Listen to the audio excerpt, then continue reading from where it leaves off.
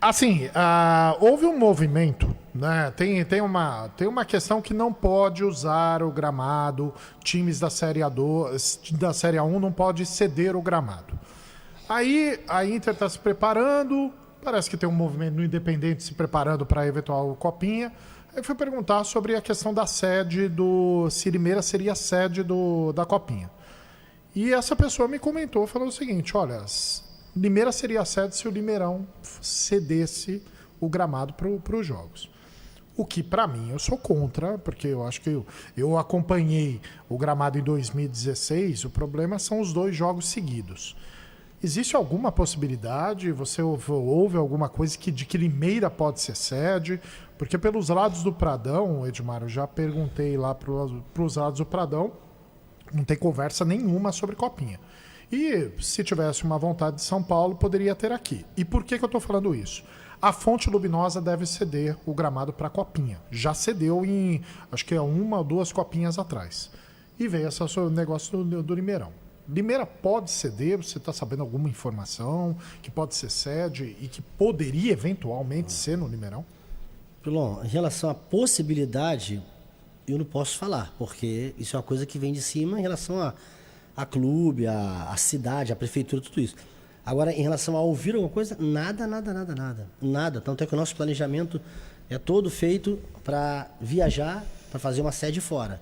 Entendi. Tá? O nosso planejamento, nosso organograma, de custo, de tudo, o nosso planejamento já é que você vai fazer. Você vai sair no começo de janeiro e vai ficar em alguma cidade fora. Legal. Porque não se foi nada cogitado que Limeira seria sede pra gente. Tá, espero que a Inter não faça o papelão que fez em Embu das Artes, né? Quando foi mal, acabou perdendo, né, os seus jogos, a gente já compareceu, a gente foi transmitir os jogos lá e a Inter não passou da primeira fase. A Inter sempre teve tradição nessa Copa São Paulo de juniores de bons resultados, principalmente quando é sede.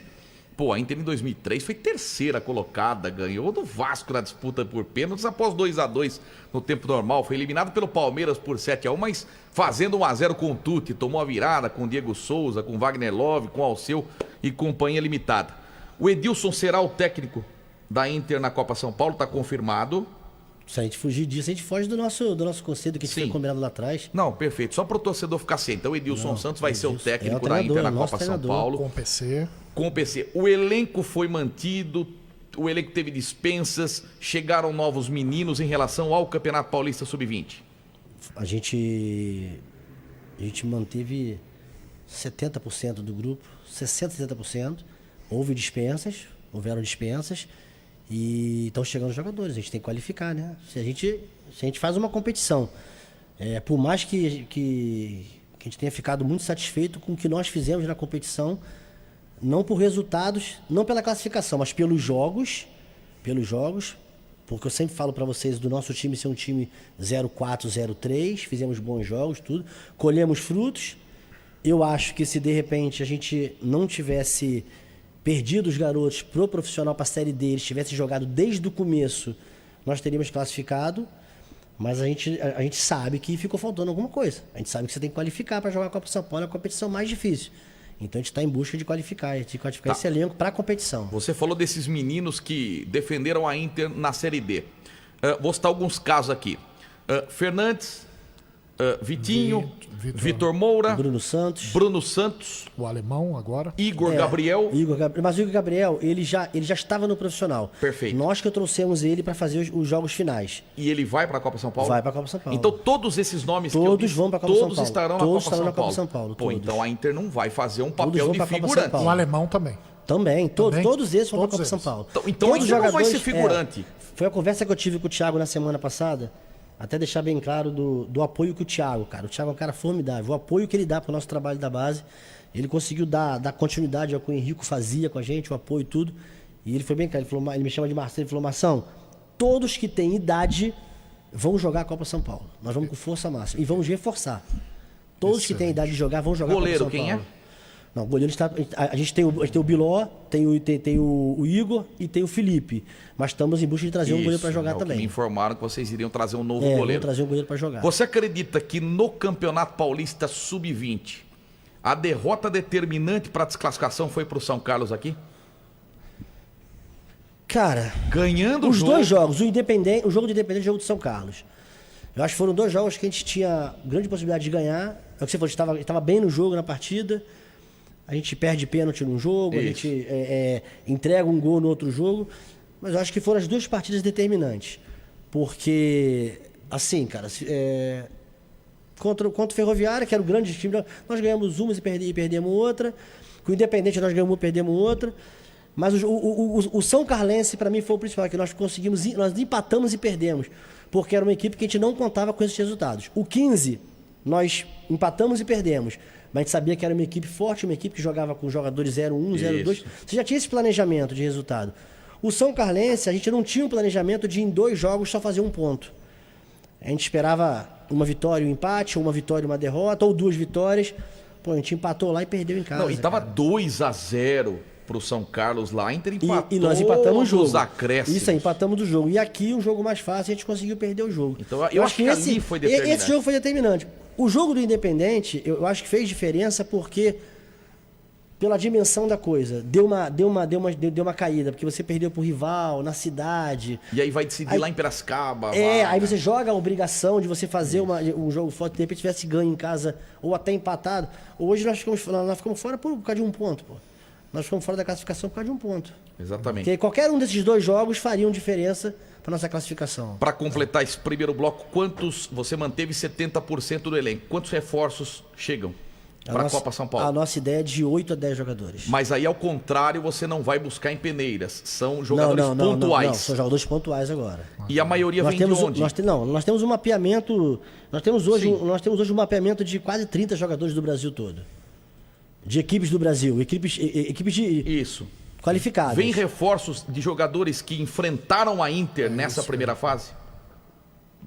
Pode ser que 1 ou 2. Assim, um que a gente queria muito, a gente não tem mais como chegar a ele, a gente perdeu. E tem 1 ou 2 aí que a gente desses que jogaram contra a gente que criaram uma boa expectativa da gente. Do Independente, algum te agradou? O Independente tá na competição ainda, não tá? Sim, então, só perguntei se algum te agradou. Não, o Independente tinha alguns bons jogadores. Galo, por exemplo. Bons jogadores. O Galo é a equipe, não é? O Galo? Não, Galo jogador. Não, tem o Galo. Não. Eu prefiro o Leão. Tá bom. O Galo. Mas... É que ia ser a mesma história. Você sabia que o Atlético Mineiro lá atrás tentou contratar o Galo volante? O Cruzeiro tentou contratar o Galo volante. A torcida do Cruzeiro barrou.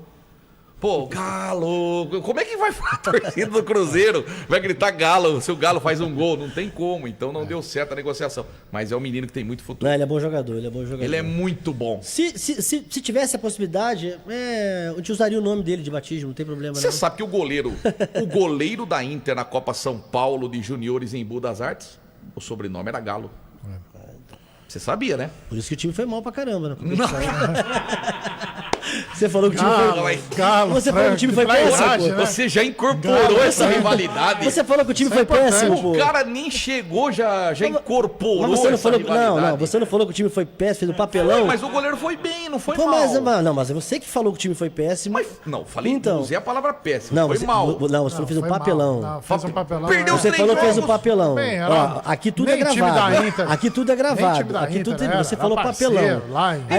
Aí depois do papelão, no final da conversa, você me fala que o sobrenome do cara era Galo. Pô. Mas era, pode verificar o goleiro da Inter. O time que não tinha nem identidade colineira, era de parceiro. 19 e 16, vamos. Eu preciso fazer uma pergunta importante para você, Márcio. Eu vou pegar a última vez que você estava aqui. Ó, sub-20, é um sub-18, sub-19. Eu falo, minha opinião, eu falo que o sub-20 da Inter foi muito bem. Pelo que produziu ao time profissional. Pela Série D, jogadores decidindo o jogo, fazendo gol importante, né? Na sua opinião, Márcio, você sabia das dificuldades, era um primeiro campeonato, tá?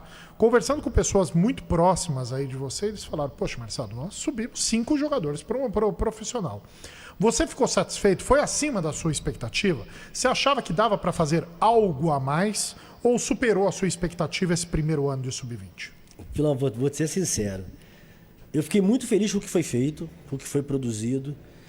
Em algum momento, depois do final da competição, eu falei, cara, a gente fez o que podia fazer, a gente fez um bom trabalho e tudo. Na semana depois da competição, eu, Edilson, PC, a gente, cara, eu vou te falar, a gente trabalha pra caramba. Nós ficamos assistindo tudo de novo que nós fizemos. Nós podíamos ter ido muito mais longe. Nosso time foi muito bem.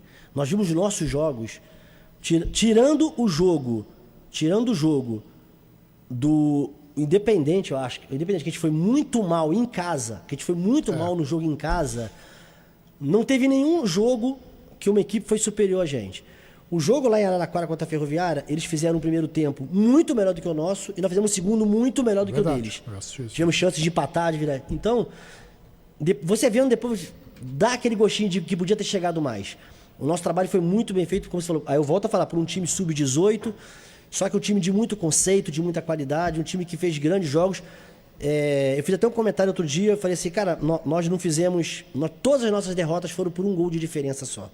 Verdade. Não tomamos goleada de ninguém. Nós fizemos jogos de nível bom pra cima em todas as partidas. Aí falou, mas vocês não classificaram. Beleza, mas eu quero saber qual foi a equipe que jogou com a nossa idade, que não classificou, mas que colocou 5 jogadores num jogo de Série D de brasileiro de profissional. Nenhum fez isso. Você esperava 5 jogadores? Você esperava um pouco mais? Você esperava um pouco menos? Não, no profissional eu esperava menos. Esperava menos? Eu esperava menos. Superou as expectativas. Aí, assim, a gente tem que ser muito honesto com o que a gente fala. Eu acho que a necessidade do profissional fez isso acontecer também, tá? Porque 5 jogadores, mas assim, vou supor que você acha que 2 podem ajudar. 2, 3 vão e você acha que vão completar, que vão ajudar, mas a coisa acabou acontecendo acima das nossas expectativas, entendeu? O último jogo nosso do Madureira, que a Inter ganhou de 2-0 lá no Rio, tinham 3 jogadores do Sub-20, 4 jogadores do Sub-20 titulares no campo e mais 2 no banco de reserva. Cara, isso é bacana pra caramba, né? Bom demais. Vamos lá com o Chopp